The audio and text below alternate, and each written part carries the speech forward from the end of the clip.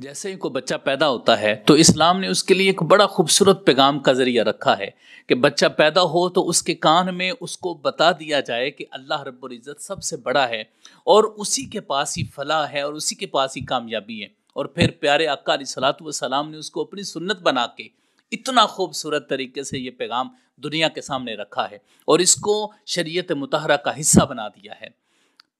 تو جیسے ہی بچہ پیدا ہو تو اس کے کان میں اذان کہنا رسول اللہ صلی اللہ علیہ وآلہ وسلم کی سنت ہے۔ اس کا طریقہ یہ ہے کہ اس کے دائیں کان میں اذان کہی جائے اور اس کے بائیں کان میں اقامت کہی جائے۔ اذان کون سی کہی جائے؟ کوئی بھی اذان، نماز والی جو اذان ہے وہ آپ کہہ سکتے ہیں، ضروری نہیں کہ آپ فجر کی اذان کہیں یا کوئی اور کہیں، کوئی بھی اذان آپ کہہ سکتے ہیں۔ اور رسول اللہ صلی اللہ علیہ وآلہ وسلم کی یہ سنت ہے۔ اس کو امام ترمذی نے روایت کیا ہے اور امام ترمذی کی کتاب ہے الجامع، اس میں انہوں نے حضرت ابو رافع رضی اللہ تعالیٰ عنہ سے اس کو روایت کیا ہے کہ حضرت ابو رافع رضی اللہ تعالیٰ عنہ فرماتے ہیں رأیت رسول اللہ صلی اللہ علیہ وسلم اذن فی اذن الحسن بن علی رضی اللہ تعالیٰ عنہ حین ولدتہ فاطمہ۔ یہ حدیث نمبر ہے 1514 اور اس کا ترجمہ کیا ہے؟ حضرت ابو رافع رضی اللہ تعالیٰ عنہ فرماتے ہیں میں نے رسول اللہ صلی اللہ علیہ وآلہ وسلم کو دیکھا کہ جب حضرت فاطمہ زہرا رضی اللہ تعالیٰ عنہا نے حضرت امام حسن کو جنا تو اس وقت وہ رسول اللہ صلی اللہ علیہ وآلہ وسلم کی بارگاہ میں پیش کیا تو رسول اللہ صلی اللہ علیہ وآلہ وسلم نے حضرت امام حسن رضی اللہ تعالیٰ عنہ کے کان میں اذان کہی۔ اس سے معلوم ہوا کہ یہ پیارے آقا علیہ الصلوۃ والسلام کی سنت ہے۔ اس حدیث کے بارے میں جو میں نے ابھی آپ کو بیان کیا ہے، اس کو امام ترمذی نے روایت کرنے کے بعد فرمایا ھذا حدیث حسن صحیح، یہ حدیث حسن ہے، یہ حدیث صحیح ہے۔ اس یعنی امام ترمذی نے اس حدیث کو حسن صحیح قرار دیا ہے۔ اب یہاں پہ مجھے بڑا افسوس ہوتا ہے جس وقت میں بعض لوگوں کے بارے میں یہ دیکھتا ہوں کہ انہوں نے اپنا اس میں عقل کو لڑایا ہوتا ہے اور پتہ نہیں کن مسلکوں کی بنیاد پر لوگ احادیث پر اپنے کوڑے برساتے ہیں اور احادیث پر حکم لگاتے ہیں۔ یہ مکتبہ دارالسلام کی کتاب ہے ترمذی، اور اسی حدیث کے نیچے جبکہ امام ترمذی نے اس کو حسن صحیح کہا ہے، حافظ زبیر علی زئی صاحب نے لکھا ہوا ہے اسنادہ ضعیف، اس کی سند ضعیف ہے۔ اب مجھے بڑی حیرانگی ہوتی ہے اس طرح کے کاموں میں۔ اللہ تعالیٰ ایسے لوگ جو کام کر کے گئے ہیں، اللہ رب العزت وہ تو اب چلے گئے ہیں، اللہ رب العزت بعد میں پڑھنے والوں کو ہدایت نصیب فرمائے اور وہ کم از کم ان کتابوں میں اس طرح کے حکم کو شامل نہ کریں جو حدیثوں کو پکڑ پکڑ کر جو ہے نا وہ ضعیف قرار دے رہے ہیں، جبکہ یہ وہی روایت ہے جس کو باقی ائمہ کرام نے بھی اس پر حکم لگایا ہے۔ اور شیخ ناصر الدین البانی نے اس حدیث کو حسن کہا ہے،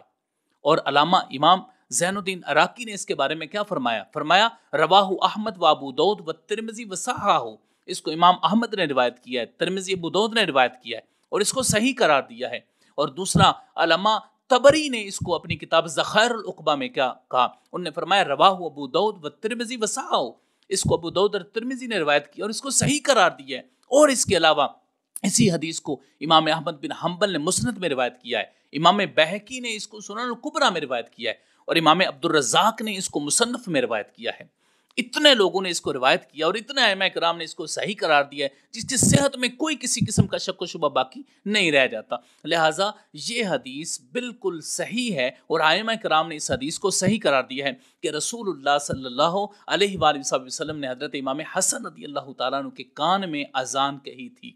اور اذان کون سی کہی؟ بالصلاۃ۔ اس حدیث کے آخر میں یہ الفاظ ہیں حین ولدتہ فاطمہ بالصلاۃ، کہ رسول اللہ صلی اللہ علیہ وسلم نے نماز والی اذان ان کے کان میں کہی۔ اس حدیث مبارکہ سے معلوم ہوا کہ رسول اللہ صلی اللہ علیہ وسلم نے حضرت امام حسن رضی اللہ تعالیٰ عنہ کے کان میں اذان کہی تھی اور یہ یقیناً پیارے آقا علیہ الصلوۃ والسلام کی سنت ہے۔ اب دوسری ایک روایت جس کو امام حاکم نے روایت کیا ہے وہ روایت بھی میں آپ کے سامنے رکھنا چاہتا ہوں۔ امام حاکم کی کتاب ہے المستدرک علی الصحیحین،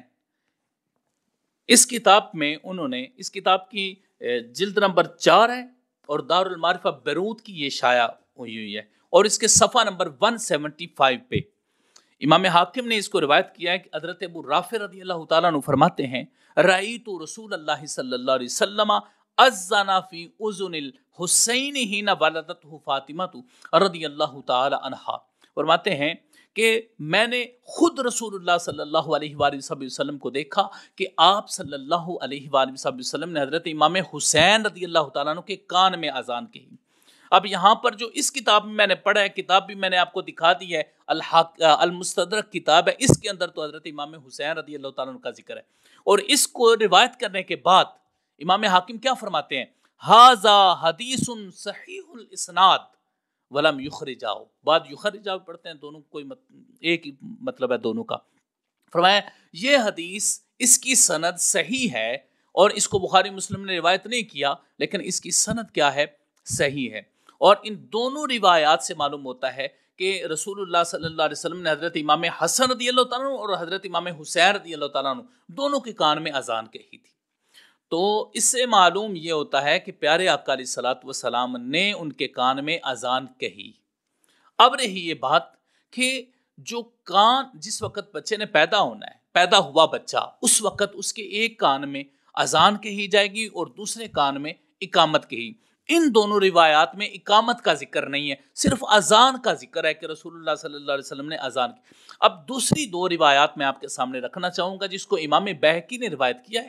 شعب الایمان میں، اور دوسری بھی روایت اس کو امام بہقی نے ہی روایت کیا ہے، لیکن اس کے ساتھ ساتھ اس کو امام ابو یعلا نے مسند میں روایت کیا ہے۔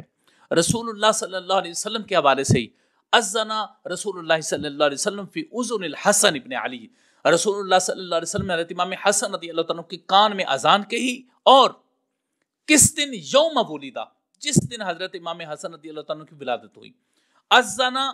فی اذنہ الیمنی، آپ کے دائیں کان میں رسول اللہ صلی اللہ علیہ وسلم نے اذان کہی، واقام فی اذنہ الیسریٰ، اور بائیں کان میں آپ نے اقامت کہی۔ اس کو امام بہقی نے شعب الایمان میں روایت کیا۔ اور دوسری روایت کیا ہے، رسول اللہ صلی اللہ علیہ وسلم کا فرمان مبارک ہے، من ولد مولود، جس کے ہاں کوئی بچہ پیدا ہو، فاذن فی اذنہ الیمنی، اور تو وہ اس کے دائیں کان میں اذان کہے، واقام فی اذنہ الیسریٰ، تو اس کے بائیں کان میں اقامت کہے۔ اس کو امام ابو یعلا نے بھی روایت کیا ہے۔